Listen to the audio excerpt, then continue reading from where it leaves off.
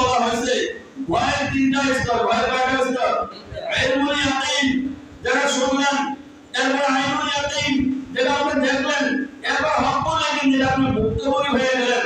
এই ভুক্তভোগী হওয়ার পরে যে ভয়টা, এই ভয়ের মধ্যেই আল্লাহ তাআলা তার পবিত্র কালামের মধ্যে বলেন হাক্কাতুল্লাহি, তোমরা আমি মাওলাকে এমন ভাবে ভয় করো প্রকৃত পক্ষে আসল ভয় মাওলাকে। কে বলেন? যারা বলেন এখন রমজান তো ভয় করছে, কি রমজান ভয় করছে না? রমজান ভয় করছে, এখন রমজান চলে গেছে, ভয় চলে গেছে নাকি? না, ভয় থাকবে? চলে বলেন এখন ভয় যদি থাকতে হয়, যে কাজগুলো রমজানে হারাম ছিল, এখন রমজান ছাড়া এগুলো আমাদের, এগুলো থেকেও আমাদের কি করতে হবে? বিরত থাকতে হবে। তাহলে সেটা আমি আল্লাহ তাআলা আপনার আমার রোজা একটা খরচ করেছিলেন তাকওয়া অর্জন করার জন্য, তখন সেটা আপনার আমার তাকওয়া অর্জন হবে। আর আমি আগে বললাম তাকওয়া অর্থ হলো গুনাহ থেকে বিরত থাকা। গুনাহ থেকে কি থাকা? বিরত থাকা নাকি তাকওয়া। এজন্য ভাই আমার আল্লাহকে ভয় করতে হবে সারা জীবন।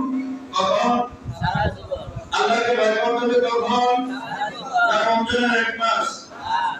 রমজানের এক মাস শুধু ভয় পাইলেই হবে না, ভয় পাইতে হবে সারা জীবন।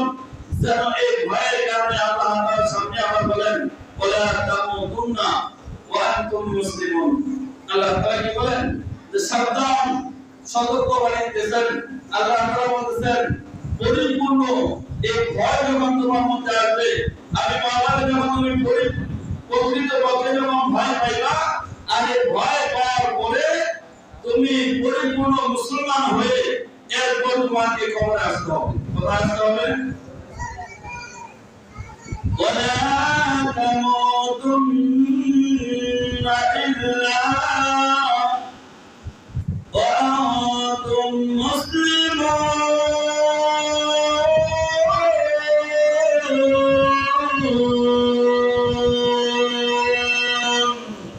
আল্লাহ রাব্বুল আলামিন বলেন, হে ইমানদার বিশ্বাসী বান্দা-বান্দীরা, তোমরা পরিপূর্ণ ইমানদার হইয়া, পরিপূর্ণ মুমিন হইয়া, পরিপূর্ণ মুসলমান হইয়া কবরে আসতে হবে। কি করতে হবে? কবরে আসতে হবে পরিপূর্ণ মুমিন হইয়া। কেন বলছেন? আমরা দেখেন আল্লাহ রাব্বুল আলামিন এখানে ইমানদারদেরকে বলেন, সবাইকে বলেন, বলেন ইয়া আইয়ুহান নাস ওয়া আনতুম মুসলিমুন, তোমরা কি করো? যে তোমরা হে মানুষগণ, তোমরা পরিপূর্ণ মুসলমান হয়ে কবরে আসে। এই কথা আল্লাহ বলে নাই, বরং আল্লাহ তাআলা বলেন ইয়া আইয়ুহাল্লাযীনা আমানু, হে ঈমানদাররা, হে মুসলমানেরা, হে মুমিনেরা, তোমরা কি করো? পরিপূর্ণ মুসলমান হয়ে কবরে আসো। তো ভাইরা আমার, পরিপূর্ণ মুসলমান হওয়ার পর যেহেতু বলছে রমজানে আমরা অনেক ধরনের চেষ্টা করছি এই গান বাজনা থেকে বিরত থাকা, চেষ্টা করছি টিভি মিশিয়ে না দেখা, এই মোবাইল ইন্টারনেটের মাধ্যমে বিভিন্ন খারাপ জিনিস না দেখা, এই মোবাইলের মাধ্যমে গান বাজনা না শোনা, বিভিন্ন ভাবে আমরা কি করছিলাম? রমজানে এক মাস অনেক বিরত থাকার চেষ্টা করছি। কি করি? কথা বলেন না? এখন রোজা গেছে তো আমার সব চালু হয়ে গেছে। বিষয়টা এরকম না? বিষয়টা কিন্তু এরকম হয়ে গেছে। আজকে আমার ভেরিফিকেশন চেক স্টেটাস দিছি আমি, যারা আমার সাথে এড আছে দেখছেন, কুরবানির গরু দেখার কাজে নিয়ে যাস, রাখা কুরবানির গরু নিয়ে যাবি, লেখা দিয়েছিলাম যে এটা হলো কুরবানির ঈদের গরু। আবার দেখবেন এই ঈদের মধ্যে একদম রাখের মধ্যে একদম গরু রসুন বুঝাতে নিয়ে এটা সবাই পোস্ট করছিলাম। কুরবানির গরুর মতো একদম এই ঈদের মধ্যে একদম সারা যুবক কি করে এই রাগের মধ্যে উঠা রাস্তাতে গলার ঘুরে আছে কি আছে? এলাই তো হয়ে গেছে আমাদের জন্য। আপনি করেন, বলতে করেন, জায়েজ আছে, কিন্তু জায়েজ তরিকায় করতে হবে। কি করতে হবে? জায়েজ তরিকায় করতে হবে। আর জায়েজ তরিকায় না করে আপনি না জায়েজ তরিকায় করেন, আপনাদের গুনাহ এই রমজান পাইয়া আপনি গুনাহ মাফ হইল কিনা, তাকওয়া অর্জন হলো কিনা, এটা তো এখনই বোঝা যাচ্ছে। আপনারা আমলেই প্রমাণ করবে যে আপনি রমজান পাইয়া আপনি পুরস্কার পাইছেন কিনা। রমজানে যে পুরস্কার আল্লাহ দেওয়ার কথা ছিল সেটা আপনি পাইতে দিলেন, এটা আপনার আমলে প্রমাণ করুন। এজন্য ভাই আমরা ইনশাআল্লাহ রমজানে চেষ্টা করছি জামাতে নামাজ পড়ার জন্য, রমজানে চেষ্টা করছি পাঁচ ওয়াক্ত নামাজ ঠিক রাখার জন্য। কি করে অনেকে চেষ্টা করছি না? যুবকেরা চেষ্টা করছো না?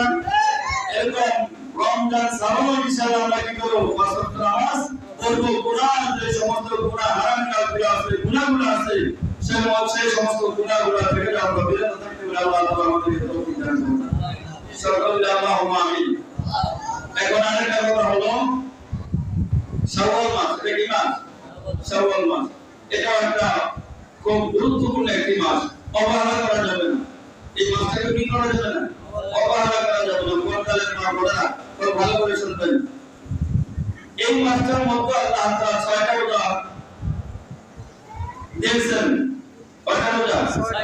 এটা ফরজ না, ওয়াজিব না, এটা নফল। এটা কি বলেন? নফল। আল্লাহ রাসূল সাল্লাল্লাহু আলাইহি ওয়াসাল্লাম বলেন, যারা রমজানের এক মাস সিয়াম সাধনা পালন করার পরে, রমজানের এক মাস রোজা রাখার পরে যদি কোনো ব্যক্তি এই শাওয়াল মাসে 6টা রোজা রাখে, কয়টা রোজা? 6টা রোজা যদি কোনো ব্যক্তি রাখতে পারে, তাহলে কেমন জানি সে সারা বছরের রোজা রেখে ফেলবে। সুবহানাল্লাহ। আস্তে করে দেবেন না? সুবহানাল্লাহ। এক মাস রোজা একখানে গেছে, খালি রোজা কবি সাধু আপনারা 6টা রোজা রাখবেন, এক বছরের রোজা রাখার নেক পাবেন। সুবহানাল্লাহ। আস্তে হয়ে গেছে। যদি এই মাসের মধ্যে 6টা রোজা রাখা হয়, তাহলে 6টা রোজা রাখা আল্লাহ রাসূল বলেন, রমজানের এক মাস রোজা রাখার পরে যদি কোনো ব্যক্তি এই শাওয়াল মাসের মধ্যে 6টা রোজা যদি কোনো ব্যক্তি রাখে, তাহলে কেমন যেন সে পুরো বছরের রোজা রেখে ফেলবে। সুবহানাল্লাহ। রাখবেন না কেন? রাখবেন না। এই 6টা রোজা রাখতে না কেন? রাখবেন নি সবাই? হ্যাঁ, এবারে ব্যাপার না তো। আর এটা রোজা, এই রোজার উত্তম মাসালা হলো, মুস্তাহাব হলো আপনি রোজা ভেঙে ভেঙে এক মাস পর্যন্ত করবেন। বুঝাইতে পারিনি? এক মাস পর্যন্ত রোজা কি করবেন? ভেঙে ভেঙে করবেন। আর এই ভেঙে ভেঙে করার ফজিলত আরো বেশি। কিন্তু আমাদের দেশের অনেক লোক আছে যারা এই 6টা রোজা রাখে, কিন্তু রোজাগুলা নিয়ম না জানিয়ে রাখে, একসাথে রাখে। কি আছে না? মায়ের নাম আছে, মায়ের এসে বেড়াইতে কিনা আমার ঘরে মায়ের রাত্রে জামাইলে দেখে আমি রোজা শুরু করবো। মায়ের কাছে আরো যদি দাম লাগে, বাবা কাছে তাড়াতাড়ি যা, আমি রোজা শুরু করবো। তখন ভাই রোজা রাখতে পারবেন। এরকম আছে কিনা? না। রোজা আপনি কি করবেন? সারা মাস ধরে 6টা রোজা পালন করবেন। আর এই 6টা রোজা যদি আপনি সারা মাস ধরে পালন করেন, সারা বছর রোজা রাখা সব আল্লাহ তাআলা আপনার আমার আমলনামায় জমা করে দিবেন। আল্লাহ তাআলা আমাদেরকে আমল করার বুঝার তৌফিক দান করেন। সকলে মিলে আল্লাহুম্মা আমিন।